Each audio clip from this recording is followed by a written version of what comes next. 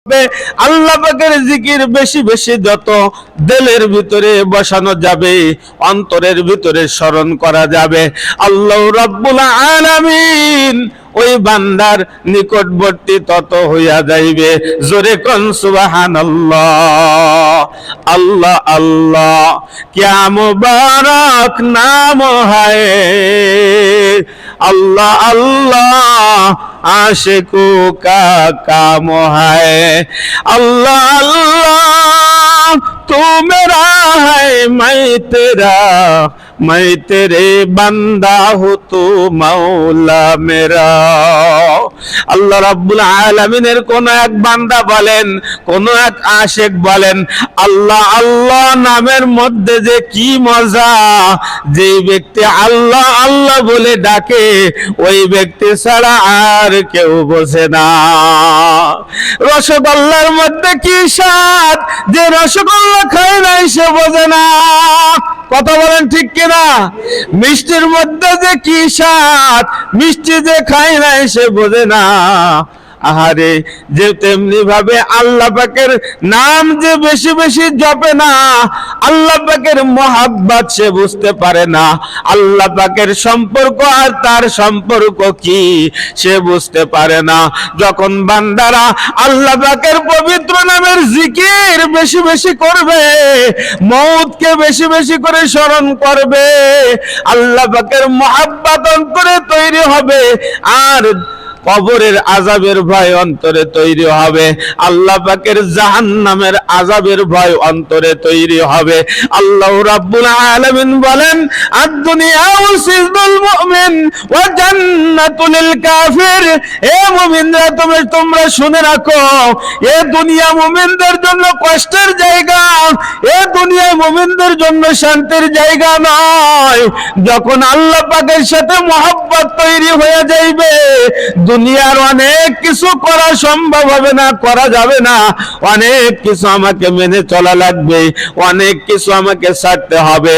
এই কারণে মানুষেরা আল্লাহ তাআলার মহব্বত হাসিল না করে শয়তানের মহব্বতে পড়িয়া, শয়তানের ধোঁকায় পড়িয়া, আল্লাহর মহব্বত হারাইয়া দুনিয়ার মহব্বতের ভিতরে ঢুকে যায় দুনিয়ার সুখ শান্তির জন্য।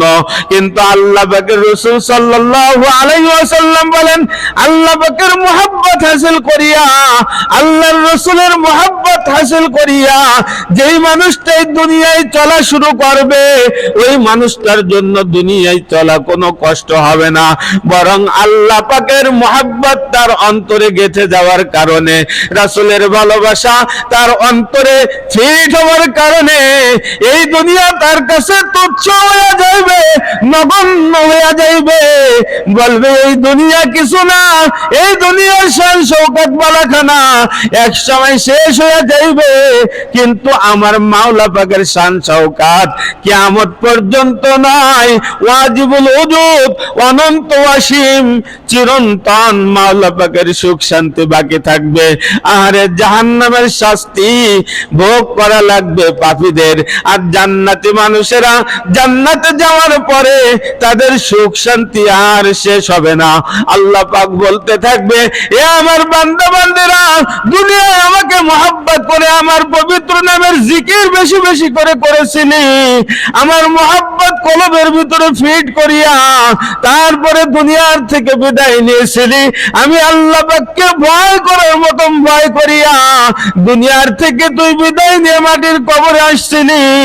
আহারে, আয় আয় আয়, আজকে তোদের কোনো দুঃখ নাই, আজকে তোদের কোনো কষ্ট নাই। ফালা খাউফুন আলাইহিম ওয়ালা হুম ইয়াহজানুন, আজকে তোদের কোনো ভয় নাই, তোদের কোনো চিন্তা নাই। আয় আয় আয়, আরে নিরাপত্তার সাথে ফাদখুলুহা, এই জান্নাতের ভিতরে প্রবেশ করো। সালামুন কাওলাম মির রাব্বির রহিম, আমি আল্লাহ তাআলার পক্ষ থেকে হে জান্নাতবাসী, এ আমার প্রিয় বান্দা বান্দি, তোমাদের প্রতি রইল আমার পক্ষ থেকে সালাম, সালাম আর সালাম, শান্তি আর শান্তি।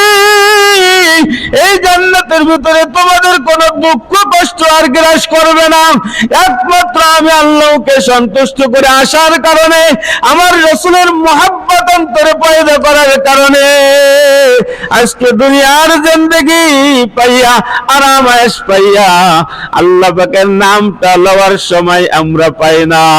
বুজুর্গানে দিন বলেন, যেই মানুষটার জবান সর্বহালাতে সর্ব অবস্থায় আল্লাহ পাকের জিকির করে, ওই লোকটা কাল কিয়ামতের ময়দানে হাসতে হাসতে আল্লাহ পাকের জান্নাতে চলিয়া যাইবে। জোরে কোন সুবহানাল্লাহ।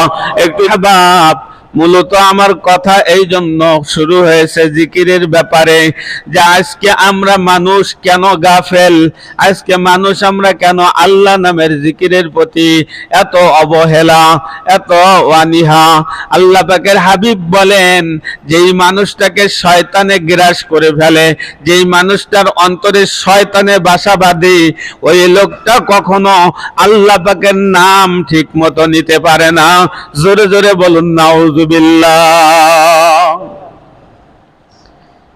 আল্লাহ পাকের নাম যেই বান্দা বান্দি বেশি বেশি নিতে থাকবে এই দুনিয়ার বুকে, যেই বান্দা বান্দি আল্লাহ পাকের পবিত্র নাম লা ইলাহা ইল্লাল্লাহ, আল্লাহু আকবার, সুবহানাল্লাহ, আলহামদুলিল্লাহ, আল্লাহু আকবার, প্রত্যেকটা তাসবির ভিতরে আল্লাহ পাকের নাম রয়েছে।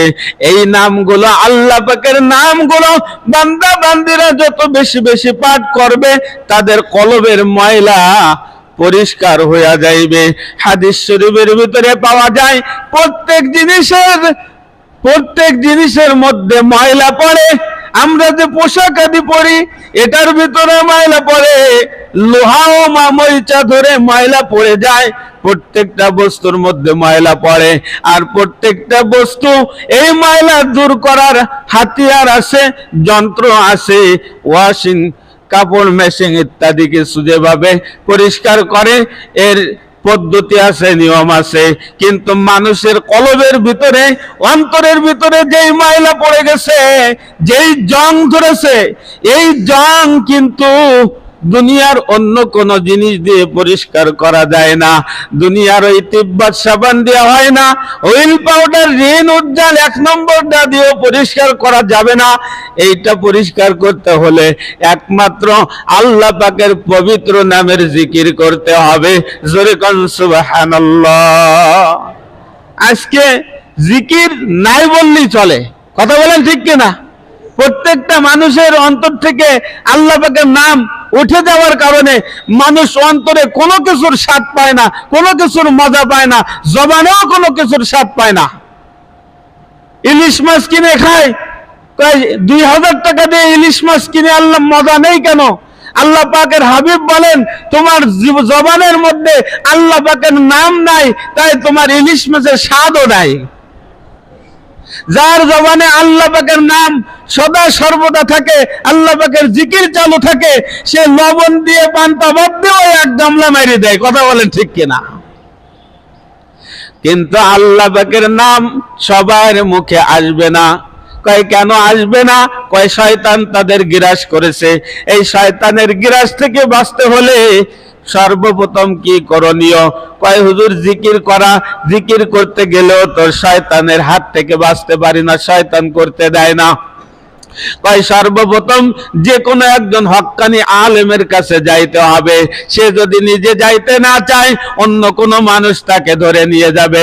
খুব ভালো করে বুঝবেন, এক ব্যক্তি খুব অন্যায় করে, পাপ করে, রাসূলুল্লাহ সাল্লাল্লাহু আলাইহি সাল্লামের কাছে এক ব্যক্তি তাকে ধরে নিয়ে গিয়েছে, নিয়ে বলে, ইয়া রাসূলুল্লাহ, ইয়া হাবিবাল্লাহ, আমার এই ছেলেটা নামাজ কালাম পড়ে না, আমার এই ছেলেটা রোজা রাখে না, আমার এই ছেলেটা মালের যাকাত দেয় না, তার সম্পদ আছে, আমার ছেলেটা সারাদিন এরকম আড্ডা দেয়, মদ খায়। তৎকালীন সময় মদের আড্ডা বেশি ছিল। যাই হোক, ইয়া রাসূলুল্লাহ, আমি মা হয়ে কিভাবে আমার এই সন্তান জাহান্নামে চলে যাবে, আমি এটা সহ্য করব। আপনি কিছু নসিহত করে দিন, আপনি কিছু তাকে সবক দিয়ে দিন। রাসূলুল্লাহ সাল্লাল্লাহু আলাইহি ওয়াসাল্লাম বললেন, তুমি আল্লাহ পাকের প্রিয় নাম লা ইলাহা ইল্লাল্লাহ সর্বপ্রথম পড়ে নাও। লোকটা তখন লা ইলাহা ইল্লাল্লাহু এই পর্যন্ত পড়লেন। আর নবীজি বললেন, তুমি যদি আমাকে মুহাব্বত করতে চাও, আল্লাহর সন্তুষ্টির জন্য মুহাম্মাদুর রাসূলুল্লাহ পড়ে নাও। অর্থাৎ তুমি স্বীকার করো আমি আল্লাহর নবী মুহাম্মদ। জোরে কোন সুবহানাল্লাহ। লোকটা যখন রাসূল করিম সাল্লাল্লাহু আলাইহি সাল্লামের হাতে হাত রেখে কলেমা পড়ে এরকম তওবা করলেন, ইস্তিগফার করলেন, আর আল্লাহ রাসূলের কাছে দোয়া চাইলেন, আল্লাহ রাসূল বললেন, আল্লাহর কাছে তোমাকে সুপর্দ করে দিলাম ফি আমানিল্লাহ, আল্লাহর কাছে তোমাকে সুপর্দ করে দিলাম, আল্লাহই তোমাকে হেদায়েত দিবে। কিন্তু কথিত আছে নবীজি ছিলেন সমগ্র জগতের মহামানব, মানবতার মুক্তির দূত। এই জগতের মানুষের কল্যাণের জন্য, বরকতের জন্য নবীকে পাঠানো হয়েছিল। আমার নবীকে রহমত স্বরূপ তামাম মাখলুকাতের কাছে পাঠানো হয়েছিল। এই নবী যদি দোয়া করে, এই নবী যদি কারোর হাতে হাত রাখে, এই নবী যদি কারোর মাথায় হাত রাখে আর কারোর প্রতি সন্তুষ্ট হয়ে যায়, আমার আল্লাহ তারপরে সন্তুষ্ট হবে কি হবে না? বলবেন হুজুর শাহবাজমেনদের জামানায় তারা তো নবীকে পেয়েছিল, নবী তো কত ভালো মানুষ ছিল। বর্তমান জামানার হুজুররা তো কত ভালো নেই। কার হাতে গিয়ে তওবা করব, কার কাছ থেকে সবক নিব? আল্লাহ পাকের হাবিব সাল্লাল্লাহু আলাইহি ওয়াসাল্লাম বলেন, আল উলামা ওয়ারাসাতুল আম্বিয়া, আমার ওয়ারিস যারা তারা হলো উলামায়ে কেরাম। এই উলামায়ে কেরামদের ভিতরে বর্তমান জামানায় বিভিন্ন রকমের উলামায়ে কেরাম আছে কি আছে না? বর্তমান জামানায় বিভিন্ন রকমের উলামায়ে কেরাম আছে। এই উলামায়ে কেরামদের মধ্য থেকে তাহকিক করে, বাছাই করে, ছাঁটাই করে, আপনার আমার বিবেক দিয়ে, বুদ্ধি দিয়ে, মেধা দিয়ে যাকে পছন্দ হয়, যার ভালো লাগে, যদি দেখি হক্কানি তরিকায়, সুন্নাত তরিকায় জীবন যাপন করে, মুস্তাবের খেলাফ চলে না, হক্কানি আলেম হিসেবে গ্রহণ করিয়া তার কাছ থেকে পরামর্শ নিয়ে আমি দিনের উপর চলা শুরু করতে পারি, তাহলে আমার জন্য বড় ভালো হবে। কারণ শয়তান তো আমাকে গ্রাস করে ফেলেছে। কথা বলেন ঠিক কিনা?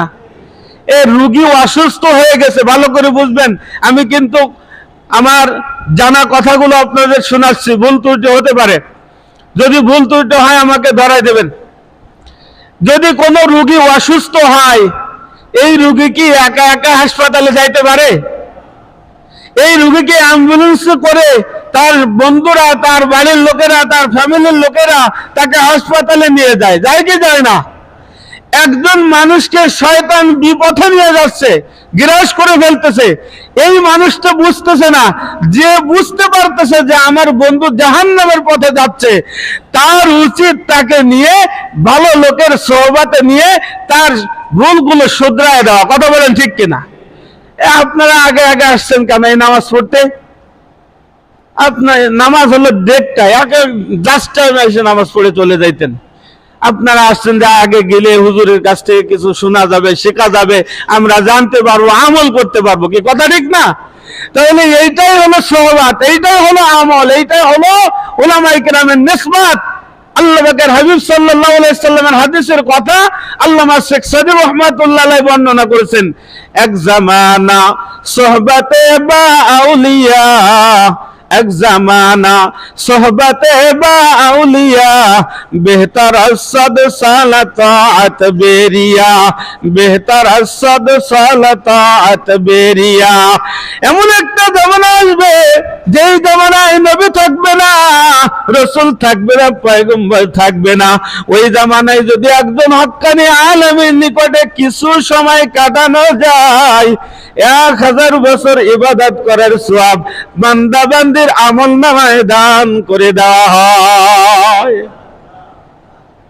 সুবহানাল্লাহ। বাড়িতে যাই কবেন জিকিরের বয়ান চলতেছে, জিকিরই তো জবান দিয়ে বলতে হবে। যেরকম সুবহানাল্লাহ, আর জোরে সুবহানাল্লাহ। টুকরাবাসীর আওয়াজ আল্লাহ পাকের আসমানে চলে যাবে। তার বান্দারা আল্লাহকে কত মহব্বত করে, কত ভয় করে, এটা প্রমাণ করে দিতে হবে। ফেরেশতারা চতুর্দিক দিয়ে ক্যামেরা ফিট করে রাখছে কিনা এখন? হ্যাঁ, কয় ওদের দেই না তো, কই ক্যামেরাটা দেখাই দেন তো।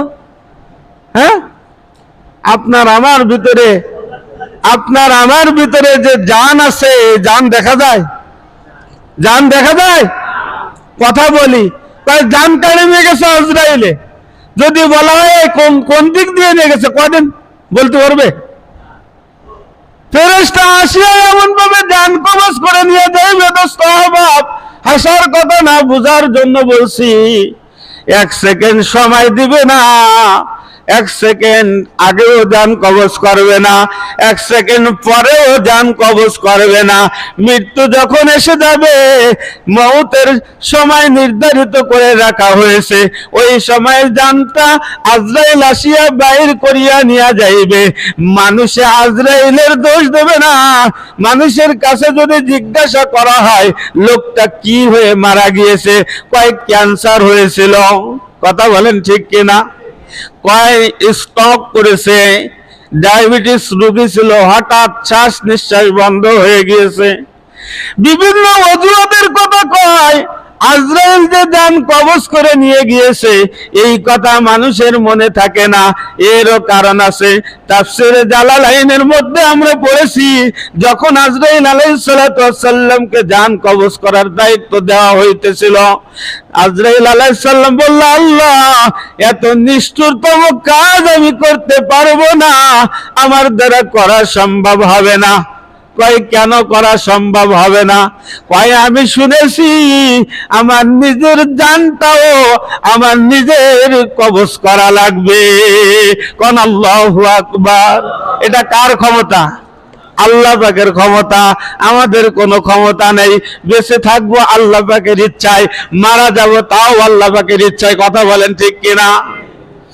আজরাইল আলাইহিস সালাম আরো অনেক কথা বলেছিলেন। বলল, আল্লাহ, মানুষের জান কবজ করব, ওই বাড়ির মানুষেরা আমাকে গালাগালি করবে আর বলবে, বদমাইশ আজরাইল, তুই আমার সন্তানটাকে নিয়ে গেলি, তোরে আমি দেখে নিব, তোর নামে আমি কিয়ামতের ময়দানে আল্লাহর কাছে নালিশ করব হাসরের দিন। আল্লাহ, আমি পারবো না। আরো অনেক বিষয় আছে, সময় সংক্ষিপ্ত। আল্লাহ পাক বলল, আজরাইল, তোমার কাজ তুমি করবা, দায়িত্ব গ্রহণ করো। দুনিয়ার মানুষেরা তোমার কথা বলার সময় পাইবে না। কথা ঠিক কিনা? দোস্ত আহবাব, এই আল্লাহ পাকের মোহাব্বত যাদের অন্তরের ভিতরে এসে গিয়েছে, রাসূলের মোহাব্বত যাদের অন্তরের ভিতরে এসে গিয়েছে, তারাই আল্লাহ পাকের প্রিয় বান্দা হয়ে মওতের সময় আল্লাহ পাকের পবিত্র নাম নিতে নিতে আল্লাহ পাকের কবরে চলে যাবে। মুহাদ্দিসিনে কেরাম, মুফাসসিরিনে কেরাম বলেন, কবরে যাবে না, ওই কবরটা তার জান্নাতের বাগান হয়ে যাইবে। আমরা জান্নাতি মানুষ হয়ে কবরে যাইতে চাই কি চাই না? যদি যাইতে চাই, বেশি বেশি আল্লাহ পাকের নাম স্মরণ করতে হবে। আল্লাহ পাকের মোহাব্বত যত কলবের ভিতরে পয়দা হবে, ততই আল্লাহ পাকের ভালোবাসা পাওয়া যাবে। আর রাসূলের মোহাব্বত করব রাসূলের সুন্নাতের অনুসরণ করে। মান তামাক্সাকা সুন্নতি ইনদা ফাসাদি উম্মতি ফালাহু আজরু মিয়াতা শাহিদ। এই দুনিয়ায় যদি মানুষ একটা সুন্নাতকে পালন করে, 100 গলা কাটা শহীদের সওয়াব তাদের আমল নামায় দান করা হবে। জোরে কোন সুবহানাল্লাহ। আল্লাহ পাকের হাবিব বলেন, মান আহাব্বা সুন্নতি ফাকাদ আহাব্বানি ওয়া মান আহাব্বানি কানা মাই ফিল জান্নাহ। যে ব্যক্তি আমার সুন্নাতকে ভালোবাসে, প্রকৃতপক্ষেই সেই আমাকে ভালোবাসে। আর যে ব্যক্তি আমার সুন্নাতকে ভালোবাসে, আমার ভালোবাসার নিদর্শন দেখাইবে, আমি রাসূল ঘোষণা করলাম, কানা মাই ফিল জান্নাহ, আমার ওই বান্দা বান্দি আর আমি রাসূল একই জান্নাতে বসবাস করব। দোস্ত আহবাব, জিকির আজকার বেশি বেশি করে করব। 5 ওয়াক্ত নামাজ, কালাম, কোরআন তেলাওয়াত, অন্যান্য আমল তা আমরা করি। এগুলো তো জান্নাতের নাজ নেয়ামতের আমল, এগুলো তো জান্নাতের নাজ নেয়ামতের আমল। আল্লাহ রাব্বুল আলামিনের মুহাব্বত হাসিলের জন্য সর্ববৃহৎ আমল হলো আল্লাহ পাকের পবিত্র নামের জিকির। সূরা আলার ভিতরে আল্লাহ পাক বলছেন, ওয়া যাকারাসমা রাব্বিহি ফাসাল্লা। খুব ভালো করে বুঝবেন, অনেক মানুষ অনেক উল্লেখযোগ্য আয়াতের দলিল দেয়, আমি সেদিকে গেলাম না। স্পষ্ট শাব্দিক তরজমা কোরআন আপনারা পড়তে পারেন, তরজমা দেখে নেবেন। ওয়া যাকারাসমা রাব্বি, ওয়া যাকারাসমা, আমি স্যার, ওয়া যাকারাসমা রাব্বিকা, ওয়া যাকারাসমা রাব্বি ফাসাল্লা। যাই হোক, এই আয়াতের ভিতরে বলা হচ্ছে প্রথমে তোমরা আল্লাহ পাকের জিকির করো। কোন সুবহানাল্লাহ। সুবহানাল্লাহর আওয়াজে তো মরা মরা কে, আমার কথা কি ভুল হচ্ছে নাকি? তাহলে একটু জোরে বলেন সুবহানাল্লাহ। ওই যে গত জমায় বলিলাম, বাড়িতে যদি ডাকাত পড়ে, আস্তে আস্তে যদি কই চোর আইছে, তাহলে কি ডাকাত যাবে? ডাকাত তো সব মাল চুরি করে নিয়ে যাবে। আর এই যে জিকিরের ওয়ান হচ্ছে, এখানে শয়তান আরো বেশি ধোঁকা দিচ্ছে। শয়তান কাছে কি, আরে আল্লাহ, এই ওয়াজ তো কোনোদিন তুই শুনেছিস? এই হুজুর কাছে তুই, এই হুজুর যা করবে তাই নাকি? শয়তান ধোঁকা দিচ্ছে। এই জন্য কিন্তু সুবহানাল্লাহর আওয়াজ জোরে হচ্ছে না। আরো জোরে কোন সুবহানাল্লাহ। মানুষের ওয়াজের ভিতরে ক্ষতি করে 3 জিনিসে। কয় জিনিসে? কয় জিনিসে? সাথী, নাতি আর বাতি।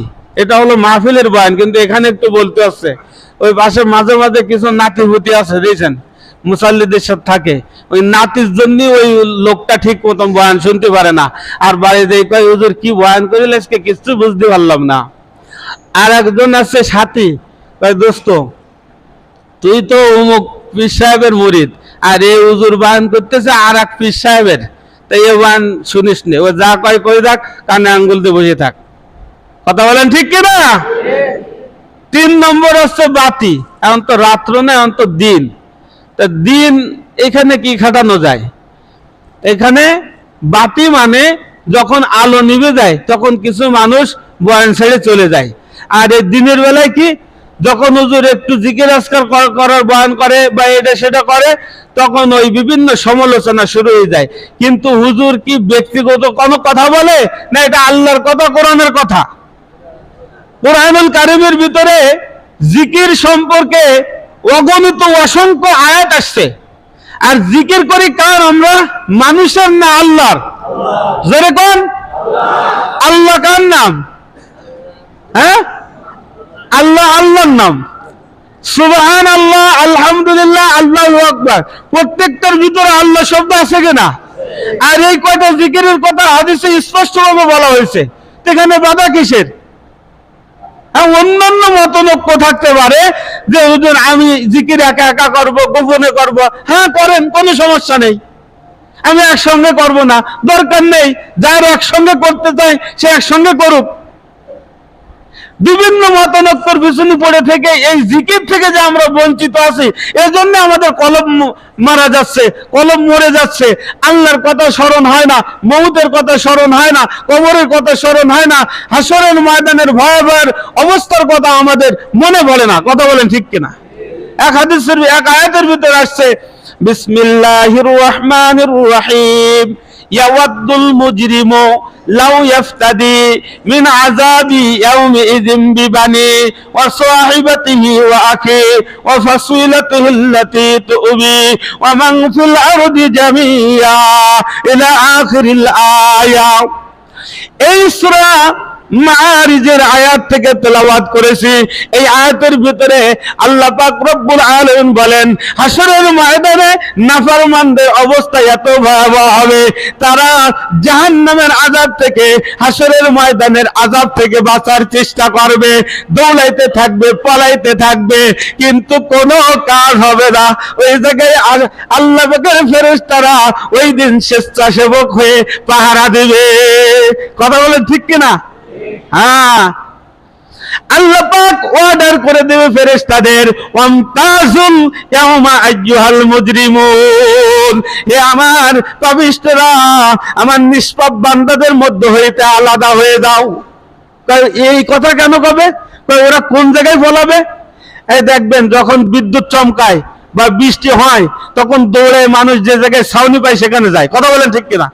হাসরের ময়দানে যেদিন নাফরমানদের ভয়াবহ আযাব সম্মুখে আসতে থাকবে আর দেখতে থাকবে, ওরা দৌড়ে পালাবে কোন জায়গায় দাড়িওয়ালা আছে, কোন জায়গায় টুপিওয়ালা আছে, কোন জায়গায় ইমাম সাহেব আছে, কোন জায়গায় ওই পীর সাহেব আছে। কথা বলে ঠিক কিনা? ওই জায়গায় গেলে আমি বেঁচে যাবো, এই আশা করে তারা যাবে। আর আল্লাহ পাক বলবে, এ ফেরেশতারা, ওদেরকে ডান্ডা দিয়ে আলাদা করে ফেলা। বরযাত্রী বিনা দাওয়াতে যারা যায় তাদেরকে ঢুকতে দেয়? কথা কয় না। যারা বরযাত্রী যাবে, বাড়ি মেয়ের বাড়ি আল্লাহ বলে দিচ্ছে 50 জন আসবেন। এবার দেখা গেল বর এখনো যায়নি, টেবিল বুক হয়ে গেছে 100 জনে। এবার বরযাত্রীর লোকেরা যে করছে, এই জায়গায় এই লোকটা আমাকে না বিয়ে সাহেব, তা তোমার লোক কয়জন? আমার লোক এই 70 জন। এই কয়জন গুনে গুনে এই পাশে দিয়ে বসো, আর ওই কজনের ব্যবস্থা আমি করতেছি। ডান্ডা কুলুক দিয়ে বাড়ি একেবারে আউট করে দেয়। কথা বলেন ঠিক কিনা? বরযাত্রী গেলে বরের সঙ্গে হয়ে যেতে হবে, তাহলে নাকি ভালো মন্দ খাওয়া দাওয়া যাবে। দুনিয়াতে যারা আল্লাহ পাকের আল্লাহওয়ালা মানুষের সোহবতে থেকে আল্লাহ পাককে সন্তুষ্ট করে রাসূলের মহব্বত নিয়ে এরকম ওলি আল্লাহদের ভালোবেসে, উলামায়ে কিরামদের ভালোবেসে যারা কিয়ামতের ময়দানে উঠবে, তারাই তো ওই দিন সাহায্য সহানুভূতি পাবে আল্লাহ তাআলার কাছে। অন্যথায় তাদেরকে কোনো সহযোগিতা করা হবে না, বরং তাদেরকে আলাদা করে দেওয়া হবে এবং তাদেরকে শাস্তির ব্যবস্থা করা হবে। কথা বলেন ঠিক কিনা? আল্লাহ পাকের হাবিব বলেন, কিয়ামতের ময়দানে যে সমস্ত মানুষগুলো আল্লাহ পাকের আদালতে ধরা খেয়ে যাবে, ওই মানুষগুলো কাঁদতে থাকবে, চিৎকার করতে থাকবে, চোখের পানি পড়ে এরকম এক সময় রক্ত বাইর হবে, রক্ত বাইর হয়ে এক সময় রক্তও থাকবে না, সব কিছু শুকাইয়া যাইবে। তখন ওই লোকগুলো বলতে থাকবে, ইয়াওয়াদ্দুল মুজরিমু লাউ ইফতাদি মিন আযাবি ইয়াউমিযিন বিবানি ওয়া সাহিবাতিহি ওয়া আখি ওয়া ফাসিলাতিহি আল্লাতী তুবি ওয়া মান ফিল আরদি জামিয়া। যারকুন নাউযু বিল্লাহ। বলবো, আল্লাহ, আমার ভাই, আমার বন্ধু, আমার বাবা, আমার মা, আমার জোরের আপন ভাই, জোরের বোন, আমার এক মায়ের পেটের বড় বোন, ছোট বোন, এইভাবে যে যেখানে আছে, আল্লাহ তুমি সবাইকে জাহান্নামে দিয়ে দাও আর আমাকে এই কঠিন আযাব থেকে বাঁচায় দাও। আল্লাহ পাক রব্বুল আলামিনের আযাব এত ভয়াবহ হবে, নাফরমানরা ভয় পেয়ে তার জ্ঞাতি গোষ্ঠী, রক্তের সম্পর্ক, আপনজন, মা বাবা, তাদেরকেও সে ভুলে যাবে, বলে বলবে, আল্লাহ তুমি আমাকে বাঁচাও। আপনারা শুনছেন না এরকম বলতে থাকবে, নফসি আল্লাহ, নফসি আল্লাহ। এই আয়াতের তর্জমা এই বলতে থাকবে, আল্লাহ আমার নফসকে বাঁচাও, আমার জান বাঁচাও, আমার জীবন বাঁচাও। কিন্তু আল্লাহ পাক ওই দিন বলবে, না, তোমার জীবন বাঁচানো হবে না, আমি তাদের জীবন বাঁচাবো যারা আমাকে মহব্বত করেছিল, যারা আমার রাসূলকে মহব্বত করে দুনিয়ার থেকে খাঁটি ভাবে আমল করে অন্ধকার কবরে মুসলমান হিসেবে পরিচয় দিয়েছিল। আমি তাদেরকে কবরে শান্তি দিয়েছি, তাদেরকে আমি সব জায়গায় শান্তির ব্যবস্থা করে দেব, মিজানে, পুলসিরাতে, হাসরে সব জায়গায় আমি তাদের পার করে দেব, কিন্তু তোমাদেরকে আমি পার করব না। তোমরা আমার আযাবের আয়াত শোনার পরেও তোমরা মানো নাই, তোমরা বলেছিলে এই মোল্লা মৌলভীরা বানিয়ে বানিয়ে কথা বলে, তোমরা যা কিছু বলে, এই সমস্ত আলেম ওলামা, পীর পয়গম্বর, তারা যা বলছিল এগুলো মিথ্যা, হাসর হবে নাকি, কবরে গেলে তো মানুষ পচে গলে নষ্ট হয়ে যাবে, আবার কিসের জীবন, আবার কিসের আযাব, কবরের আযাব বলতে কিছু নাই। তোমরা এইগুলো বলে হাসে ওড়াই দিয়েছিলে, তামাশা মনে করছিলে, কিন্তু দুনিয়া তো তামাশার জায়গা না। আমি তোমাদেরকে ইবাদত করার জন্য পাঠিয়েছিলাম, তোমাদেরকে আমার পিয়ারা বান্দা বান্দি হয়ে আমার এই জান্নাতে আবার আসার জন্য তোমাদেরকে পাঠিয়েছিলাম। যাও, আজকে তোমরা বড় শখ করে জাহান্নাম কামাই করে নিয়ে আসছো, তোমরা জাহান্নামে চলে যাও। যেরকম নাউযুবিল্লাহ। আজকে যারা এই জুমার মসজিদে আগমন করেছেন, আল্লাহ তাদের পরে কত খুশি হয়েছে। হাদিস শরীফের ভিতরে আসছে, যারা জুমার নামাজ আদায়ের উদ্দেশ্যে আসে, আল্লাহ তাআলা তাদের সগীরা গুনাহ, সমস্ত সগীরা গুনাহগুলো মাফ করে দেয়। যেরকম সুবহানাল্লাহ। আমার কাছে হাদিস আছে, দলিল আছে, আপনারা দেখতে চাইলে আমি দেখাই দেবো ইনশাল্লাহ। আর যদি বলা হয়েছে এই জুমার নামাজ পড়তে এসে কেউ যদি খাস তওবা করে, অনেকের ঘুষের গুনাহ আছে, অনেকের জিনার গুনাহ আছে, ব্যভিচারের গুনাহ আছে, সে মালিক জানে আর সেই জানে তার জীবনে কি গুনাহ আছে, আমরা কেউ জানি না। গোপনে আল্লাহর কাছে সে যদি তওবা করে মাফ চেয়ে মসজিদ থেকে বের হয়, হাদিস শরীফের ভিতরে আসছে এই লোকটা একজন পাক্কা ঈমানওয়ালা মানুষ হয়ে, জান্নাতে মানুষ হয়ে আল্লাহর ঘর থেকে বাড়ির দিকে রওনা করে। আমরা ইমানদার হয়ে, পাক্কা ইমানদার হয়ে, জান্নাতে মানুষ হয়ে আল্লাহর ঘর থেকে বের হতে চাই কে চায় না? যেরকম আল্লাহু আকবার, আল্লাহু আকবার, আল্লাহু আকবার, আমিন। আল্লাহ সুবহানাহু ওয়া তাআলা আমাদের সকলকে সহি বুঝ দান করুক।